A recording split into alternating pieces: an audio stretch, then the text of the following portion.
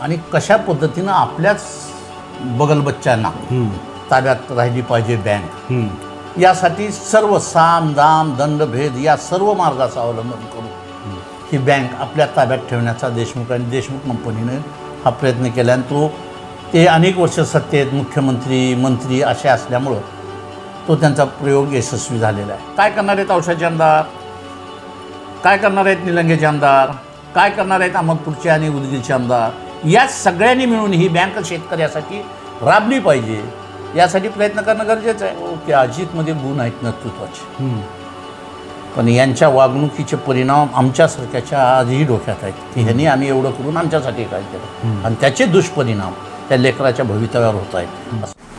नमस्कार, मी जावेद शेख, बातमी मागची बातमी संपादक. खास प्रेक्षकांच्या आग्रहास्तव आम्ही डिजिटल माध्यमातून जनतेसमोर जाण्याचा प्रयत्न आज सुरुवात करतो आहे. आणि या प्रयत्नांचा पहिला भाग म्हणून लातूरचे ज्येष्ठ विधिज्ञ आणि ज्यांनी सहकाराच्या अनेक निवडणुका लढवल्या, ज्यांना सहकाराचा अभ्यास आहे, असे ज्येष्ठ विधिज्ञ बळवंत जाधव यांच्याशी आपण आज जिल्हा बँक निवडणुकीच्या पार्श्वभूमीवर बोलणार आहोत. भाऊ, आपलं स्वागत आहे. सध्या जिल्हा बँकेची प्रक्रिया सुरू आहे. काल 17 तारीख लास्ट होती ठराव देण्याची. आपण महायुतीचा एक भाग आहेत. आपली काय भूमिका आहे शिवसेना म्हणून जिल्हा बँकेच्या निवडणुकीच्या बाबतीत? गेल्या 25-30 वर्षाचा या जिल्हा बँकेचा इतिहास जर पाहिला तर देशमुख आणि देशमुख कंपनीची बँक ही जिल्हा बँक आणि शेतकऱ्याची बँक अशी आम्हाला कधी वाटलीच नाही. ठराव कसे घ्यायचे, विरोधकाचे सोसायट्या कशा ब्लॅकलिस्टमध्ये टाकायच्या, कुणाला कसं करायचं आणि कशा पद्धतीनं आपल्याच बगलबच्च्यांना ताब्यात राहिली पाहिजे बँक, यासाठी सर्व साम दाम दंडभेद या सर्व मार्गाचा अवलंबन करून ही बँक आपल्या ताब्यात ठेवण्याचा देशमुख आणि देशमुख कंपनीने हा प्रयत्न केला. आणि ते अनेक वर्ष सत्तेत मुख्यमंत्री मंत्री असे असल्यामुळं तो त्यांचा प्रयोग यशस्वी झालेला आहे. पण गेली 10 वर्ष ते सत्तेबाहेर आहेत. परंतु सुदैवाने दुर्दैवाने आमच्या इथं जे काही आमचे आमदार आहेत ते अजूनही त्यांच्या चंगुलातून बाहेर पडलेले नाहीत. तुमचे आमदार म्हणजे युतीचे आमदार, हां, मग निलंगेचे आमदार असो, औशाचे असो, अहमदपूरचे असो, या सगळ्यांनी एक जीवपणा आणून जरी इलेक्शन लढली तर माझ्या मते हे इलेक्शन शेतकऱ्याची बँक जी सहकार खात्याला अपेक्षित आहे, एकमेका सहाय्य करू अवघे धरू सुपंत आणि शेतकऱ्याच्या प्रत्येक कामाला येणारी ही बँक आहे. आज मला एक सांगा की आज तुम्ही या बँकेमार्फत कर्ज कुणाला दिली जातात? मांजरा कारखाना, रेना कारखाना, जागृती कारखाना, 2020 कारखाना, आणि यांना कर्ज देणं, त्या शेतकऱ्याकडनं वसुली करणं, आणि आमची बँक ए दर्जाची आहे. तुमच्या माहितीसाठी सांगतो, ते पिक्चरमध्ये काम करतात, काय नाव त्यांचं? रितेश देशमुख. रितेश भैयाजी देशमुख. त्यांनी MIDCमध्ये एका कारखान्याला 160 का 65 कोटी घेतले असं सांगतात, माझ्याकडे रेकॉर्ड नाही. देश ॲग्रोला. हां, देश ॲग्रोला. या जिल्ह्यामध्ये या बँकेने शेतकऱ्याच्या मुलांना सुशिक्षित बेकार ज्या बाय प्रोडक्ट आहेत, मग वाढवण्याचा टमाटा असेल त्याच्यावर प्रक्रिया करून त्याला प्रिझर्व करता येईल का? सोयाबीनवर प्रकार बरेच होतात. सोयाबीनचे 160 ते 80 सोयाबीनपासून बाय प्रोडक्ट्स तयार होतात. त्यासाठी या भागातल्या शेतकऱ्यांची पोरं पुणे मुंबईला जाऊन नोकऱ्या करत आहेत. त्या पोरांना जिल्हा बँकेच्या माध्यमातून हे कारखाने काढून देण्यासाठी मदत करणं आणि खऱ्या अर्थानं सहकार राबवणं, आणि या भागाचा ज्या पद्धतीनं अकलूजमध्ये सहकाराचा वापर झाला, बारामतीमध्ये झाला, कोल्हापूरला झाला, त्या पद्धतीनं लातूरमध्ये होणं अपेक्षित होतं. सहकार महाराष्ट्रामध्ये करताना यशवंतराव चव्हाणांनी यासाठी केला होता की या भागातल्या लोकांनी सर्वांनी मिळून एकमेकाच्या हातात हात घालून महाराष्ट्राचा विकास करावा. फक्त एकाच कुटुंबाचा विकास व्हावा असा हेतू नव्हता. पण दुर्दैवाने ज्या पद्धतीनं जात आहे, जे स्वतःला सहकार सम्राट म्हणून घेतात, ते कोण्या मतदारसंघातून निवडून येतात हे मला कधीच कळालं. आमच्या त्या मांजरामध्ये ते काहीतरी एक प्रक्रिया मतदारसंघ आहे, त्याच्यात 16 का 17 मतदान आहेत. त्याच्यातले 1-2 वारलेले आहेत, 10 यांच्या घरचेच आहेत. तिथून निवडून यायचं, कोणत्याही जनरल इलेक्शनमध्ये न उभा टाकायचं. आणि मी स्वतःच घेतलेला अनुभव, मी असं का बोलतो, मी काही विरोध म्हणून बोलत नाही असं नाही. मी 2001ला मांजरा कारखान्याची निवडणूक लढवली होती. माझ्याकडे 22 पैकी 22 उमेदवार होते. त्या काळात थोरात नावाचे इलेक्शन, त्यांच्यावर विलासराव CM होते. अत्यंत प्रेशर केलं आणि दिलीपराव देशमुखाच्या मतदारसंघातही मी माणूस मुळे, रावसाहेब मुळे नावाचा माणूस उभा केला होता. तर तुमच्या सोसायटीनं ऊस घातला नाही म्हणून त्याचा अर्ज रिजेक्ट केला. सोसायटी ऊस घालत नसते. दिलीपरावच्याही सोसायटीनं ऊस घातला म्हणून त्याचा अर्ज रिजेक्ट केला. आम्ही कमिशनरकडे पाठवलं तर त्यांना ताब्यात घेतलं आणि फोडलं. तरी 17 उमेदवार मी ठेवले होते. साम दाम दंडभेद सगळे वापरले, नाही ते प्रेशर आणलं. माझं तुम्ही ज्या पद्धतीनं सहकार राबवला त्याला विरोध आहे. आणि मग 17 लोक असताना 12 लोकांचे अर्ज विड्रॉल टाईम संपल्यावर विड्रॉ केले. या पद्धतीनं सत्तेचा गैरवापर करून इथल्या सहकार्याची माती करून ती एकाधिकारशाही होती आहे. आणि त्यामुळं या इलेक्शनमध्ये आता मी म्हणलं ना, मी तर आत्तापर्यंत भांडलो. काय करणार आहेत औषधाचे आमदार, काय करणार आहेत निलंगेचे आमदार, काय करणार आहेत अहमदपूरचे आणि उदगीरचे आमदार. या सगळ्यांनी मिळून ही बँक शेतकऱ्यासाठी राबली पाहिजे. यासाठी प्रयत्न करणं गरजेचं आहे. त्यांचा राजकीय, सामाजिक, त्यांचा हे सोसायट्या याच्यामध्ये इन्फ्लुएन्स आणि यांची ताकद आहे. ते दाखवणार आहेत का परत देशमुखाच्या ताटावर नेऊन ठेवणार आहेत. याच्यावर या निवडणुकीचं इलेक्शन आहे, असं जे भवितव्य आहे असं मी म्हणेन. निवडणुकीची आणि राजकारणाची पद्धत भाऊ आपण एकीकडे ठेवू, पण दुसरीकडं आज राज्यात चित्र असं उभं केलं गेलं आहे की मराठवाड्यातली तरी किमान आणि महाराष्ट्रातील टॉप 5 लातूर जिल्हा बँक आहे असं सत्ताधारी लोक म्हणतात. यामध्ये तुम्हाला किती तथ्य वाटतं? तथ्य नाही. मी म्हणलं टॉप 5 किती शेतकऱ्याच्या पोराच्या हाताला तुम्ही काम दिलं. त्या रितेश देशमुखच्या कारखान्याला द्यायचं आणि त्याचे ब्लॅक मनीचं व्हाईट मनी करायचे आणि पैसे घ्यायचे. ह्यांच्या कारखान्याला द्यायचं आणि वापस घ्यायचे. तुम्हाला मी म्हणलं ना, आहे तुम्हाला जे दिसती की बँक आहे, रिकव्हरी आहे, पण दिलं कुणाला तुम्ही? दिलं तुम्हालाच, घेतलं तुम्हीच. या पद्धतीनं 2020ने पैसे वापरले, जागृतीने वापरले. तीच दिनकर माने सुरुवातीला दिले तुम्ही दिनकर मानेच्या मारुती महाराजला, पण दिनकर मानेनं पॅनल लावला आणि तुमचा पॅनल पाडला. काकडे साहेब होते आणि निवडून आला. का दिले रे त्यांना पैसे? का तुम्ही बुखेचा कारखाना बंद पाडला, त्याला दिले का पैसे? आम्ही सहकार चालवतो ना, आमच्या आधिपत्याखाली असलेलीच लोक चालवू आणि आम्हाला जे विरोध करतात त्याचे कारखाने बंद पाडू, त्यांना पैसे देणार नाही, त्यांची गळचेपी करू आर्थिक, हे जे धोरण आहे त्याला माझा विरोध आहे. ओके भाऊ, काल परवाच भाजपकडून जिल्हा बँकेवर बरीच विधानं येत आहेत. भाजपकडून माजी मंत्री संभाजी पाटील असे म्हटले की निवडणूक खुली करा, सभासदांना मतदानाचा अधिकार घ्या. म्हणजे यात तुम्हाला प्रामाणिकपणा वाटतो का उगा ही वेळ काढूपणा आहे असं वाटतं आपल्याला? वेळ काढूपणा नाही. हां, हे पाटील देशमुखची चकलाचे. हां, तू कर मारल्यासारखं, मी करतो रडल्यासारखं. लोकाला पुढला डावसुद्धा माझ्या ताब्यात असला पाहिजे. ओके. एकच उदाहरण देतो. विलासराव CM असताना 2 कारखाने मिळाले, ज्याला अल्कोहोलचे 200% अनुदान होतं. एक अमित भैया देशमुखला आणि एक संभाजी भैयाला.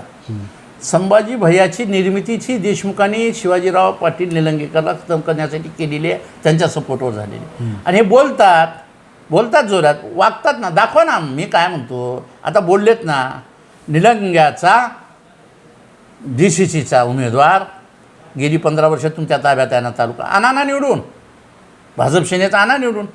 आणि सहकारामध्ये पक्षापेक्षाही चांगली माणसं निवडून द्या. या पद्धतीनं आहे.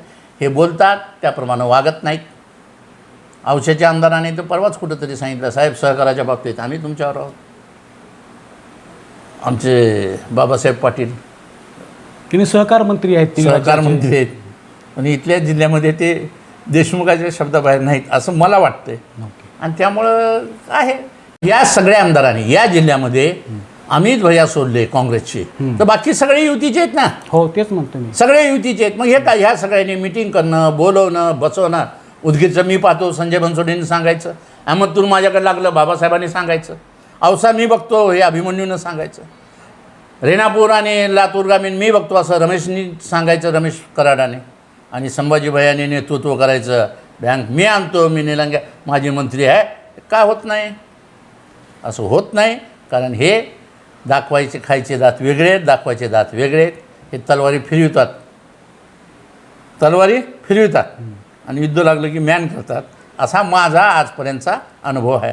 चांगलं झालं, आनंद आहे, मी सोबत राहील. बऱ्याच जणांचं असं म्हणणं आहे की अशी कोणतीही निवडणूक लातूर जिल्ह्यामध्ये आली की अमित देशमुख आणि संभाजी पाटील दोघांकडेच कॉन्सन्ट्रेट राहावं अशा पद्धतीने हे विधानाकडे लोक बघत आहेत आणि कुठंतरी विधानसभेचं तडजोडीचं राजकारण याला कारणीभूत असं 100% विधानसभेचं आहे. अहो, विधानसभेचा एक मला सांगा, ते धीरज भैया लोक म्हणत होते स्ट्रॉंग सीट आहे इथं अमित भैयाची. सगळ्या भाजपनं मन लावून काम केलं असतं आणि सो कॉल नेत्यांनी ताकद लावली असते. आता मला बोलायला लावू नका. बोला ना आपण. अर्चनाताई 100% आल्या असत्या. अर्चनाताईच्या पराभवास भाजपमधली दुफळीच कारणीभूत आहे असं माझं स्पष्ट आरोप. ओके. विधानसभेचा विषय आपण काढलाय म्हणून मी एक दुसरा मुद्दा उपस्थित करतो आणि त्या व्यक्तीशी आपले खास संबंध आहेत. म्हणजे 95ला शिवाजीराव कवेकरांनी विलासरावांना पाडलं, त्याच्यात तुमचा मोठा वाटा आहे हे सगळं लातूरकर माहीत आहे. लातूरकरांना त्यांनी लातूरकराला माहीत आहे पण कवेकरला माहीत नाही माझा वाटा आहे का नाही. ते तुमचं दुर्दैव आहे ते. त्यांनी असं विधान केलं काल परवा की या विधानसभेला माझा मुलगा अजित पाटील कवेकर जर थांबला असता तर 30,000 मतांनी निवडून आला असता. याबाबत तुमचं काय मत आहे? बोलूच का? बोला ना, बोला. तुम्हाला बोलतं करण्यासाठी तर आम्ही आलोय. अजित कवेकर माझ्या मुलाच्या ठिकाणी आहे, त्याच्याबद्दल मी बोलणार नाही. हो. परंतु ज्यांनी विधान केलं त्याने आत्मपरीक्षण करणं गरजेचं आहे. ज्यांनी विलासराव देशमुखाला 35,000 मतांनी पाडलं आणि हे करण्यामध्ये मीच नाही, प्रकाश पाठक होते, अदनान खान होते, ताजुद्दीन बाबा होते, बद्दरजी होते, सूर्यप्रकाश धूत होते, सर्व पत्रकार होते, सकाळचे आमचे पद्माकर बोकील होते. म्हणजे सगळ्यांनी ताकद लावून पाडलं. पण हां, त्याची कारणं अनेक होते, ती मी काही रिपीट करत नाही. पण 35,000 पाडल्यावर फक्त मी माझ्या ताकदीवर आलो आणि माझी ताकद या आविर्भावामध्ये ते वागले आणि त्यांचाच पराभव 99ला डिपॉझिट जप्त झाला. हो. तर का झाला? मी 1,35,000 मतं घेतले होते पण माझं डिपॉझिटही वाचू शकलं नाही.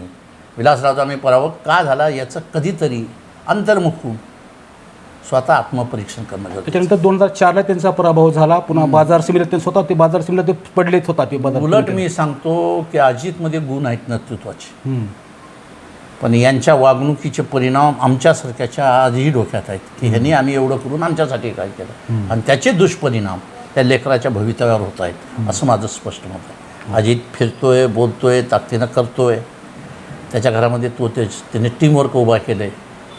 परंतु काय झालं, त्याचं आजीचं जेव्हा नाव निघते तेव्हा बापाचा इतिहास निघतो आणि बापाचा इतिहास आम्हा सगळ्यांनी, अदनान खापासून माझ्या सगळ्यांनी भोगला. बद्दरजी आहे, साक्षीदार आहेत, मी आहे. एवढं करूनसुद्धा आमच्या पत्रात काय पडलं? परवा मी त्यांचं आत्मचरित्र वाचलं, काहीतरी त्यांनी स्वतः लिहिले. एक शब्द लिहिला आहे, बळवंत जाधव मदत केली. अहो, ह्यांना मी मुंबईमध्ये जाऊन हे टिळक भवनमध्ये काँग्रेसचा इंटरव्ह्यू देऊ लागले होते, रेणापूरला मला जागा द्या म्हणून. मी अदनान खां, मोहन बिराजदार आणि प्रकाश पाठकने तिथून बोलवून आणलं. साहेब, तिकडून लढ नका, इथं लढा, आम्ही आहे, मला देऊ लागले पार्टी तिकीट, मी तुम्हाला देतो. काय हो तुमच्या तुटक्या जनता दलाचं खरं? मी जनता दलाकडनंच तुम्ही कसे निवडून येता हे आम्ही सगळ्यांनी समजावून सांगितलं. विचार करतो म्हणजे केले. त्या पुस्तकात साधा उल्लेख असू नये या गोष्टीचा. ही तुमचा टर्निंग पॉईंट आहे लाईफचा. मीच कसा मोठा आणि माझ्यामुळंच मी कसा मोठा झालो, दुसऱ्याचं कुणाचं सहकार्य, ही जी भावना आहे ना बदलली पाहिजे. ते माझे मित्र आहेत, मी आजही म्हणतो की अंतर्मुख व्हा. मला असं स्वतःला वाटतं आहे की जर मी आयुष्यात काही चुकलो असेल तर त्या चुकीला कबूल होणं आणि ते पुन्हा चूक होणार नाही आणि त्याचं प्रायश्चित करणं हाच खरा त्याचा उपयोग असते. आपली चूक झालीच नाही आणि मीच खरा होतो आणि असं जर वागत राहिला तर त्याचे परिणाम अजितच्या भविष्यावर होतील असं मी राजकीय जाणकार, अभ्यासक, मी आणीबाणीपासून राजकारणात आहे, सांगतो की तुमच्या वागण्याचे परिणाम त्या लेकराच्या भविष्यावर होण्याच्या राहणार नाहीत असं माझं स्पष्ट. आत्ताच आपण म्हटलात की 24ची विधानसभा लातूर शहराची भाजपच्या दुफळीमध्ये पराभव झाला भाजपचा. मग यामध्ये कवेकरांचा सुद्धा संबंध आहे असं आपल्याला वाटत नाही का? विचारा ना, किती दिवसांनी प्रचाराला बाहेर पडले, घरात बसले, रुसून बसले. अर्चनाताई घरी गेल्यावर अर्धा तास त्यांना वेटिंगमध्ये ठेवलं. असं नसतं. आम्हाला अर्चनाताईंनी म्हणायच्या आधी आम्ही पळालो, मी त्यांच्यासाठीही पळालो. मी कवेकरसाठीच पळालो असं नाही, विक्रम गोजमुंडेसाठी पळालो, प्रदीप राठीसाठी पळालो. आम्ही जात बघितली नाही, काही नाही. या लातूरमध्ये लोकशाही नांदली पाहिजे यासाठी मी राजकारण करतो. डॉक्टर बाबासाहेब आंबेडकरांनी लिहिलेली जी घटना आहे त्या घटनेप्रमाणे सर्वसामान्यातली माणसं लोकशाही मार्गाने त्या खुर्चीवर बसले पाहिजेत. पाटला देशमुखाच्या शिवाय 1972 पासून 71 पासून या लातूर सभेमध्ये पाटला देशमुखाशिवाय उमेदवारच नाही. ना शेख आहे, ना जाधव आहे, ना कांबळे आहे, ना कुणी दुसऱ्या जाती धर्माचा आहे. शिवराज पाटील, विलासराव देशमुख, कवेकर पाटीलच, पुन्हा देशमुख, पुन्हा अमित देशमुख. देशमुख पाटलाशिवाय कोणी राज्य करणार आहे का नाही. माझी अशी इच्छा आहे की सर्वसामान्य कार्यकर्ता जसा संजय बनसोडे मंत्री होऊ शकला तसं लातूर तालुक्यातल्या या 50-60 वर्षाच्या इतिहासामध्ये पाटील देशमुख सोडून कोणीतरी दुसरं राज्य करावं अशी माझी स्पष्ट भूमिका. आपण आत्ता म्हटलात की कवेकरांनी असं म्हटलं की 30,000 माझा मुलगा निवडून आला असता. मग ही 30,000 मतं जी ह्यांना पडणार होती ती काँग्रेसकडे वळाली असा त्याचा अर्थ होतो का? त्याच्याबद्दल आता त्या आत्याबाईला मिशा असत्यातच प्रश्न. आत्याबाईला मिशा असत्या तर बोललो असतो. आता काय बोलावं. मी म्हणलं ना, ज्यांनी वक्तव्य केलं, मी अजितबद्दल बोलणार नाही, तो एक होणार मुलगा आहे, धडाडीचा आहे, पळतोय. पण ज्यांनी विधान केलं त्यांनी डिपॉझिट का गेलं याचा एकदा जर अभ्यास केला तर लातूरचं राजकारण अर्धसवासं होईल. तर हे होते बळवंत जाधव, ज्यांनी जिल्हा बँक आणि इतर मुद्द्यावर आपलं मत परखडपणे व्यक्त केलं. भाऊ धन्यवाद. आपण धन्यवाद. लावलो भांडण बोलते झाला.